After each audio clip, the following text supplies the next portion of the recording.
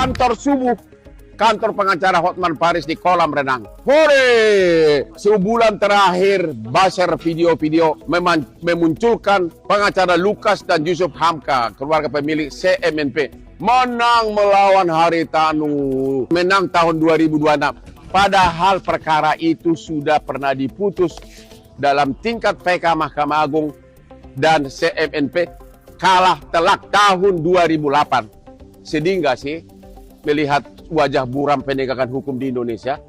Perkara yang sudah kalah tahun 2008 bisa dibolak-balik lagi tahun 2026, substansi sama. Inti kasus adalah CMNP punya 28 sertifikat deposito di Unibank. Unibank ditutup oleh pemerintah karena Krismon tahun 2001, maka aset liability diambil alih oleh BPPN. BPPN tidak mau membayar deposito ini karena alasannya bertentangan dengan peraturan Bank Indonesia bahwa deposito yang dijamin oleh Bank Indonesia, pemerintah Indonesia harus dalam rupiah. Putusan PK Mahkamah Agung bahwa menolak gugatan CMNP karena direksi Unibank salah menerbitkan deposito yang bertentangan dengan peraturan penjaminan Bank Indonesia. Jadi yang salah siapa? Ya direksi banknya lah, bukan Haritanu, bukan PT Bakti.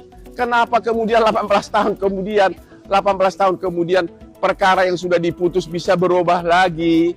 Inilah wajah buram. Jadi di balik ketawa mereka itu, di baliknya adalah prihatin kita melihat putusan pengadilan seperti ini. Yang paling parahnya lagi, atas 28 kerugian 28 deposito sertifikat deposito tersebut, PT CMNP telah mengajukan restitusi pajak, pengembalian uang pajak dari negara dengan alasan rugi dari pendapatan deposito dan bunga. Dan negara sudah bayar ke CMNP puluhan miliar kantor pajak. Makanya kantor pajak harus berani sama kejaksaan, minta uangnya kembali. Ya, karena salah satu syarat pengembalian pajak restitusi adalah tagihan tersebut harus tidak bisa lagi ditagih ke pihak manapun. Tiba-tiba dalam gugatan ke Haritanu, CMNP mengatakan 28 deposito tersebut diduga palsu. Kalau diduga palsu nggak mungkin mendapatkan restitusi pajak. Dan Mahkamah Agung mengatakan tidak palsu.